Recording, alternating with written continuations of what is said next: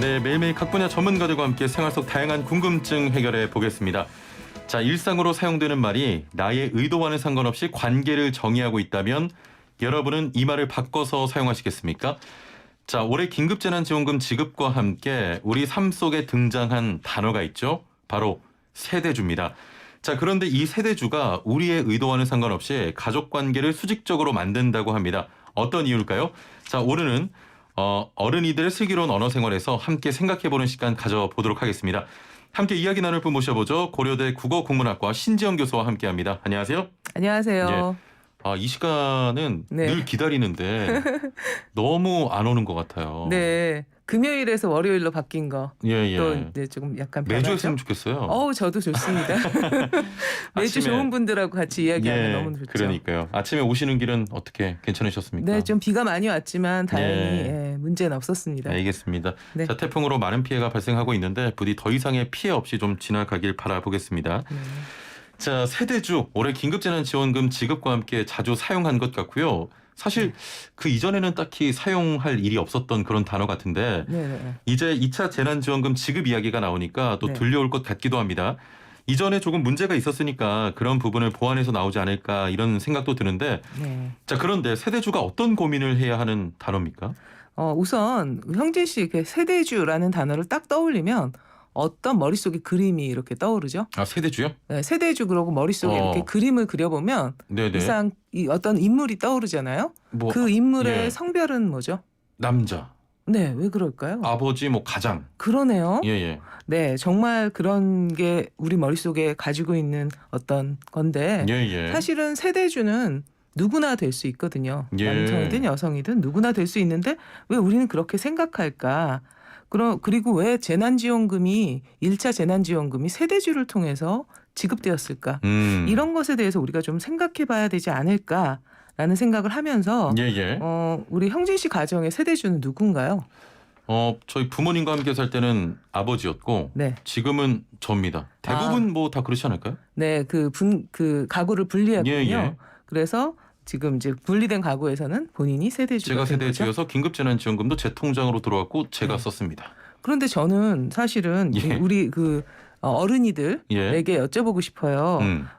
여러분들 세대주는 누구인지. 아, 세대주라는 개념에 애청자분들의. 대해서 그렇죠. 예. 혹시 세대주라는 것에 대해서 별로 주목하지 않았었는데 혹시 재난지원금과 관련해서 세대주가 누구지 이런 거를 또 생각하게 되었는지 아닌지 예. 이런 것들을 한번 같이 이야기 나눠봤으면 좋습니다. 좋겠습니다. 자, 지금 듣고 계신 애청자 여러분도 비슷할 것 같은데 한번 확인을 해보겠습니다. 네. 여러분 가정의 세대주는 누구인지 단문 50원, 장문 100원의 유료 문자 샵 0945번으로 문자 보내주시거나 애플리케이션 댓글창으로 남겨주시면 추첨을 통해서 오늘도 커피 쿠폰을 드린다고 합니다. 야, 네네. 예, 추첨을 통해서 몇 분 선정해서 네. 커피 쿠폰을 선물로 드립니다. 자, 세대주, 여러분의 가정의 세대주는 누구인지 지금 바로 보내주시길 바랍니다.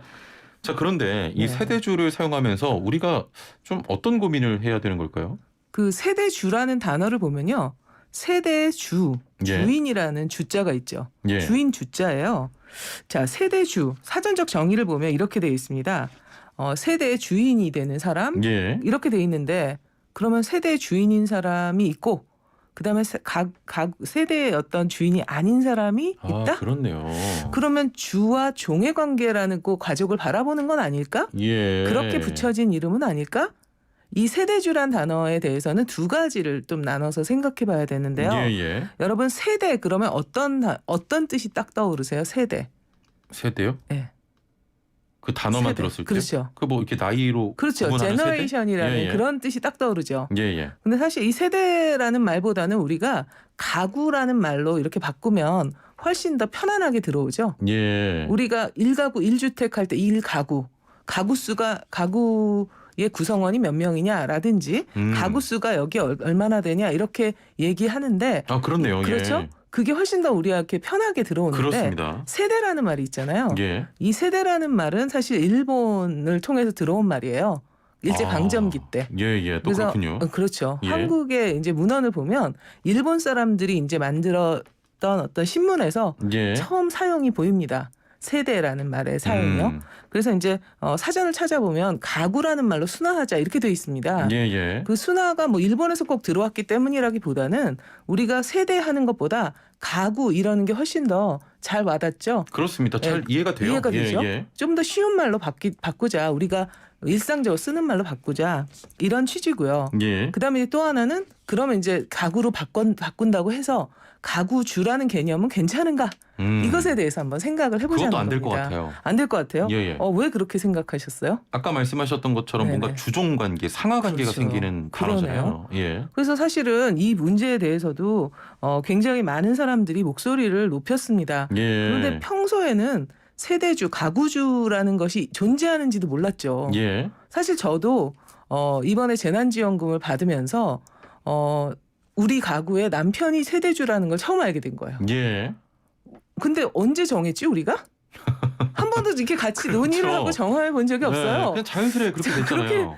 왜 그랬지? 예. 라고 생각해 보니까 뭐 그 전에는 호주 제도가 있었습니다. 예. 제가 결혼한 지 꽤 오래돼가지고 그 전에 호주제까지 심지어 있었잖아요. 예. 2008년 1월 1일 이제 8월 2008년부터 호주제가 폐지됐죠. 예. 그러면서 사실은 그 당시에도 또 호주제가 폐지되면서 많은 얘기들이 있었어요. 그럼에도 불구하고 호주제가 폐지되고 난 다음에 아무런 생활의 불편이 없습니다. 그런 것처럼 우리는 있었던 것이 없어지면 마치 예. 큰일이 벌어질 것처럼 생각하지만 사실은 그게 있어야 하는지 없어야 하는지 이것이 헌법적 가치에 맞는지 안 맞는지 이런 것들을 다각도로 생각해 봐야 하는데 예. 세대주도 그런 것 중에 하나다. 이렇게 생각할 수가 있습니다. 예. 아니 근데 제가 지금 이 질문을 드리면 네. 들으시는 분들한테도 좀 혼날 수 있을 것 같은데. 괜찮습니다. 그런데 세대주가 사실 없으면 네. 조금 불편함이 생기지 않을까요? 어떤 불편함이 있을까요? 그래도 뭔가 이렇게 좀 네.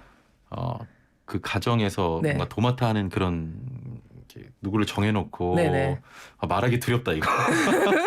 그러면 그거는 이렇게 바꾸면 안 될까요? 가구 대표. 가구 대표. 가구의 대표가 필요하면 예. 가구주라는 말보다는 가구 대표. 예. 그래서 대표라는 말을 딱 들으면 누군가가 누군가와 상의해서 대표를 선출할 것 같잖아요. 예. 이게 사실은 대표가 있느냐 없느냐의 문제보다 이걸 어떻게 표현하느냐의 문제가 세상을 바라보는 관점을 보여준다. 이게 오늘 같이 한번 생각해 보자는 거죠. 그러면 갑자기 든 의문인데 네네. 가구장은 안 됩니까? 장은 또 이제 어른장이잖아요. 예. 그래서 저는 이제 언어의 줄다리기라는 책에서 장이라는 것도 너무 우리가 세상을 바라보는 관점을 공고화시킨다. 예. 어른만이 대표가 될 수 있을 것 같고 또 그런 의미가 있군요. 경험이 많아야 될 것 같고 예. 장하면 왠지 남자가 돼야 될 것 같고 예. 이런 그런 관념들이 고정관념들이 있고 그러다 보니까 그 단어가 줄 때 우리가 예를 들면 이렇게 회의를 할 때 회의의 어떤 의장 같은 걸 뽑잖아요. 예. 그때 장이라는 단어 때문에 늘 연장자가 되는 경향이 있죠. 그렇습니다. 그렇죠. 그것도 참 이상하다라는 거예요. 예. 왜 우리는 그런 고정관념을 갖느냐? 사실 언어가 우리에게 그런 종류의 고정관념을 형성시켜준다. 예. 회의의 대표를 뽑자 그러면 왠지 수평적이면서 좀 그렇지 않을까. 예. 이런 생각들을 해보자는 겁니다. 오늘 또 굉장히 의미 있는 물음을 가지고 오셨는데 네. 일단은 문자를 좀 소개를 해드려 보겠습니다.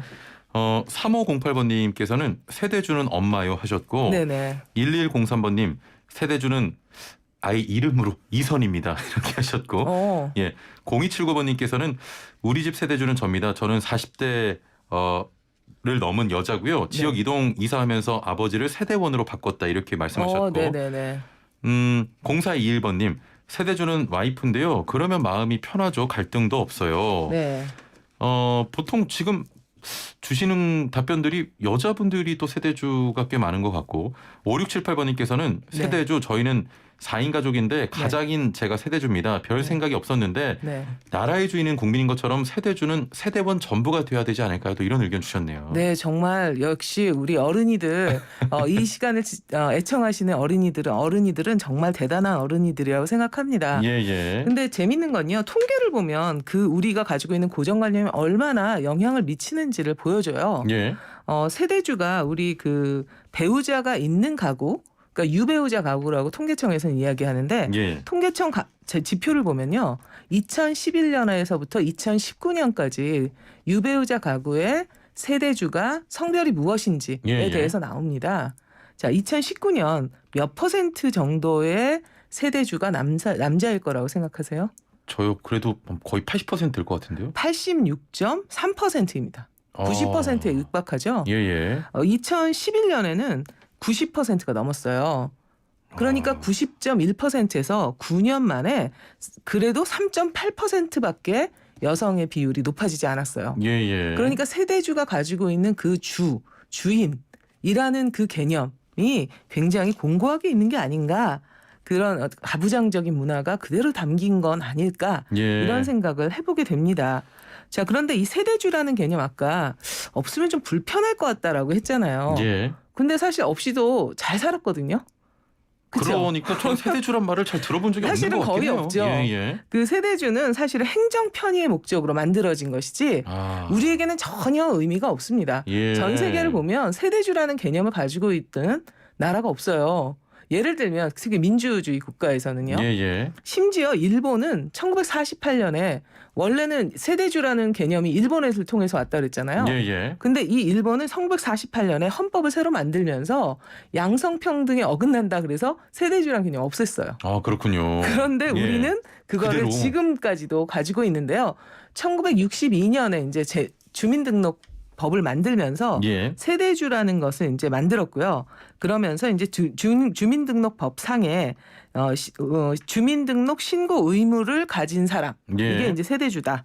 그다음에 지방세법에 의해서 주민세 균등 분할의 납세 의무자가 세대주다. 병역법에 의하면 병역 의무 부과를 통지하거나 뭐 향토 예비군 그런 걸 통지서가 오면 알려야 하는 의무가 이제 세대주에게 있는 거죠. 예예. 이 세 가지 의무를 가지고 있는 게 세대주인데 사실은 봐 보면 행정 편의를 위해서 있는 겁니다. 그러니까요. 예. 재밌죠? 예. 그러니까 이번에도 사실은 긴급 재난지원금을